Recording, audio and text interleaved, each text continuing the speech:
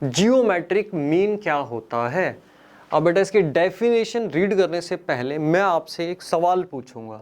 अरे सर सवाल ना पूछा करें हमसे, नहीं बेटा इसका आपको जवाब देना पड़ेगा। अब सवाल क्या है, सवाल ये है कि मैंने यहाँ पे एक सीक्वेंस लिखा हुआ है जिसकी फर्स्ट टर्म 2 है, बीच की टर्म मिसिंग है, देन 32 है। अब मेरा क्वेश्चन आपसे ये है कि बेटा इस मिसिंग टर्म पे यहाँ पे मैं कौन सा नंबर लिखूं कि जो ये सीक्वेंस है वो जियोमेट्रिक सीक्वेंस में कन्वर्ट हो जाए। सर दोबारा बोलो, मैंने ये पूछा कि यहाँ पे बेटा मुझे आप बताओ कौन सा नंबर लिखूं कि ये सीक्वेंस जो है वो जियोमेट्रिक सीक्वेंस में कन्वर्ट हो जाए। सर ये तो वेरी वेरी सिंपल है। आपने हमें क्या समझाया कि जियोमेट्रिक सीक्वेंस में दो कंसेक्यूटिव टर्म्स का हमेशा जो रेशो होता है वो सेम होता है। तो इसका मतलब ये हुआ कि A2 डिवाइडेड बाय A1। मैं यहाँ थोड़ी देर यहाँ पे A2 को मान लेता हूँ x, तो x डिवाइडेड बाय 2 और 32 डिवाइडेड बाय x, इसका जो ये रेशो आएगा वो हमारे पास सेम आना चाहिए। तो ये तो सर बहुत सिंपल हो गया। एक्स स्क्वेयर मेरे पास यहाँ पे क्या आ गया 2 मल्टीप्लाई 32 और यहाँ पे x क्या आ जाएगा अंडर रूट में 2 मल्टीप्लाई 32 x 64 और मेरे पास यहाँ पे x की वैल्यू क्या आ गई 8 आ गई। समझ में आया? हाँ जी सर बिल्कुल समझ में आया। तो ये क्या था, वेरी वेरी इजी था। हाँ जी सर बहुत इजी था। अब चेक करो एक बार, अगर यहाँ पे x 8 होता है तो क्या ये जीपी में कन्वर्ट हो गया? सर बिल्कुल। तो कॉमन रेशो क्या होनी चाहिए, यहाँ पे मैं मान लूँ थोड़ी देर के लिए x हमारे पास अगर 8 आता है तो 8 डिवाइडेड बाय 2 और यहाँ पे क्या है 32 डिवाइडेड बाय 8, तो क्या है बेटा यहाँ पे 4 आया, तो यहाँ पे 4 आया और यहाँ पे ही 4 आया, तो 4 इक्वल टू 4। दो कंसेक्यूटिव टर्म्स की जो कॉमन रेशो है वो इक्वल आ गई। इट मींस जो ये हमारा सीक्वेंस है वो जीपी में कन्वर्ट हो चुका है। ये आपको समझ में आया? हाँ जी सर बिल्कुल अच्छे से समझ में आया। तो यहाँ पे हमने एक चीज ऑब्जर्व करी।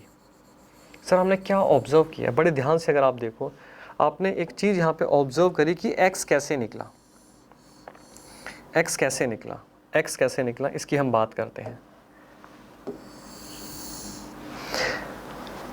x कैसे निकला ये, अगर मैं यहाँ पे इसको लिख दूं अंडर रूट में, थोड़ी देर के लिए अगर यहाँ पे जो फर्स्ट टर्म है इसको मैं बोल दूं ये a है और ये 32 है, इसको मैं बोल दूं ये b है, तो आप बोल सकते हो कि अंडर रूट में अगर मैं a मल्टीप्लाई b का अंडर रूट कर दूं यहाँ पे, तो मेरे पास क्या आ जाएगा, यहाँ पे x की वैल्यू आ जाएगी। और बेटा इसी x की वैल्यू को हम बोलते हैं जियोमेट्रिक मीन। समझ में आया? अच्छा सर इसको बोलते हैं जियोमेट्रिक मीन। हाँ बेटा इसको हम बोलते हैं जियोमेट्रिक मीन। तो यहाँ पे मैं लिख सकता हूँ कि जो मेरे पास ये आया, मेरे पास आया जियोमेट्रिक मीन। अब हम क्या करते हैं, इसकी डेफिनेशन पढ़ते हैं। ये कह रहा है इफ अ नंबर कोल्ड ए, अब यहाँ पे हमने इसको x दिया था, इन्होंने इसको बोला a, इस नंबर को इन्होंने a बोला, जो हमने नंबर निकाला इसको इन्होंने बोला कि इसको कैपिटल A का इन्होंने नाम दिया। Is inserted between two numbers, अगर a किसी दो नंबर के बीच में इंसर्ट किया जाता है, लाइक a एंड b, इसको और इसको नाम इसने दिया a और इसको नाम दिया b, इंसर्ट किया जाता है so that it construct a sequence of GP, इस प्रकार से इंसर्ट किया जा रहा है कि वो नंबर इंसर्ट करने के बाद जो सीक्वेंस है वो जीपी बन जाता है, तो उस नंबर को हम बोलते हैं जियोमेट्रिक मीन। यहां तक क्लियर? हाँ जी सर जियोमेट्रिक मीन अच्छे से हमें समझ में आ गया। तो ये जो ऑब्जर्वेशन है, ठीक है, ये आपको ध्यान रखना है। आप डायरेक्टली आपको ऐसे निकालना है। अच्छा मैं अब आपसे एक क्वेश्चन पूछता हूँ दोबारा से। मैंने कहा कि आपके पास यहाँ पे 2 क्या आ गया, यहाँ पे आपके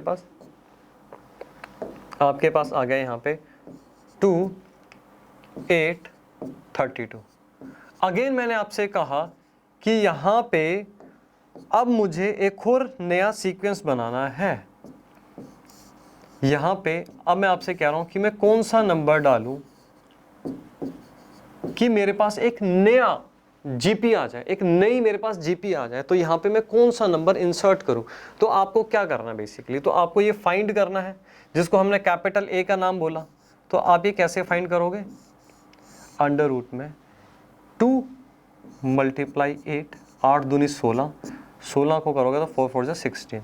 तो बेटा अगर आप यहाँ पे 16 लिखो तो आपके पास क्या हो गया, अब देखो 4 डिवाइडेड बाई 2 रेशो क्या है 2, 8 डिवाइडेड बाई 4 रेशो क्या है 2, तो 2 कॉन्जिक्यूटिव टर्म्स की रेशो हमारे पास सेम आ गई। तो ये नया हमारे पास जीपी, हमारे पास नई जीपी आ गई, तो कॉमन रेशो 2 आ गई। तो यहाँ पे 8 दूनी 16, तो नेक्स्ट टर्म क्या होगी 16 होगी। तो ये आपके पास एक नई, यहाँ पे क्या आ गई बेटा, एक ये न्यू जीपी आपके पास आ गई। क्या करता है, जियोमेट्रिक मीन की किसी भी सीक्वेंस में जितने भी आपको नंबर इंसर्ट करने हैं आप बेसिकली इंसर्ट कर सकते हो जियोमेट्रिक मीन की हेल्प से। ये क्लियर हुआ? हाँ जी सर बिल्कुल क्लियर हुआ, नोट करो बेटा। फिर चलते हैं आगे, चलते हैं बेटा आगे। अब एक छोटा सा क्वेश्चन है, इस क्वेश्चन के थ्रू हम जियोमेट्रिक मीन का एक और कंसेप्ट यहाँ पे सीखेंगे। ठीक है सर, बिल्कुल सर, एक और कंसेप्ट आप सिखाओ हमें। क्वेश्चन रीड करो, क्या कह रहा है, insert 3 numbers between 1 and 256 so that the resulting sequence is a GP. क्या कह रहा है, ये कह रहा है भाई आपको 1 और 256 के बीच में 3 ऐसे नंबर इंसर्ट करने हैं जिससे कि ये एक जियोमेट्रिक सीक्वेंस बन जाए, जिससे कि एक जीपी बन जाए। तो ये करना है आपको। ठीक सर, आपने अभी तक हमें सिर्फ बताया 2 नंबर्स के बीच में एक नंबर को इंसर्ट कैसे करें कि रिजल्टेंट सीक्वेंस हमारे पास जीपी आए, ये आपने हमें सिखाया। बट यहाँ पे तो सर बात की जा रही है 3 नंबर की कि 3 नंबर कैसे इंसर्ट किए जाएं, तो ये आपने नहीं सिखाया। पहले आप सिखाओ फिर हम आपको बताएंगे। ठीक है बेटा, पहले मैं आपको ये सिखाता हूँ। मैं मान लेता हूँ 1 क्या है, ये ए है, और जो मिसिंग नंबर है यहाँ पे इस क्वेश्चन में आपको 3 दिए गए हैं। हो सकता है ये 10 हो, 15 हो, 20 हो, ये कितने भी हो सकते हैं। इनको मैं मान लेता हूँ कि ये A1, A2, A3, A4 and so on, ये कितने भी नंबर्स हो सकते हैं। और इसको मैं लास्ट नंबर को मान लेता हूँ, जो सबसे लास्ट नंबर है उसको मैं मान लेता हूँ कि ये B है। ठीक, यहाँ तक क्लियर? हाँ जी सर, यहाँ तक बिल्कुल क्लियर। और जो मेरे नंबर ये बीच में आ रहे हैं, ये तो मुझे नहीं पता ना, ये 3 भी हो सकते हैं, 4 भी हो सकते हैं, 5 भी हो सकते हैं, 10 भी हो सकते हैं, 20 भी हो सकते हैं। ये जितनी भी नंबर ऑफ टर्म्स जो मिसिंग हैं उनको मैं मान रहा हूँ कि मिसिंग नंबर ऑफ टर्म्स मेरी क्या है, मेरी n है।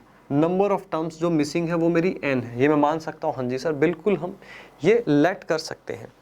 अब आप मुझे ये बताओ, ये क्या हुई सर, ये हमारी फर्स्ट टर्म हुई। ये क्या हुई, फर्स्ट टर्म हुई। क्लियर? हाँ जी, फर्स्ट टर्म हुई, ये फर्स्ट टर्म हुई, ये नंबर ऑफ टर्म्स ये n है, और ये मेरी लास्ट टर्म हुई। अगर मुझे b तक पहुंचना है, मुझे b तक पहुंचना है, तो आप कैसे पहुंचोगे? अगर मैं आपको कहूं कि b मेरी कौन सी नंबर ऑफ टर्म है तो क्या होगी सर?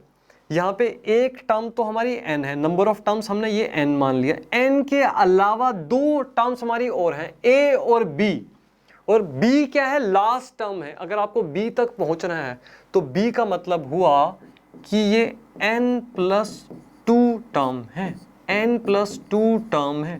2 क्यों ऐड किया? क्योंकि n के अलावा 2 टर्म्स और भी हैं, a और b, तो b सबसे लास्ट है। अगर b की बात करूं तो b क्या है, n+2 टर्म है। मैं ये बोलूंगा सर, एक बार फिर समझाओ। जैसे इस वाले क्वेश्चन में देखो, यहाँ पे नंबर ऑफ मिसिंग टर्म्स कितनी है सर, 3 है।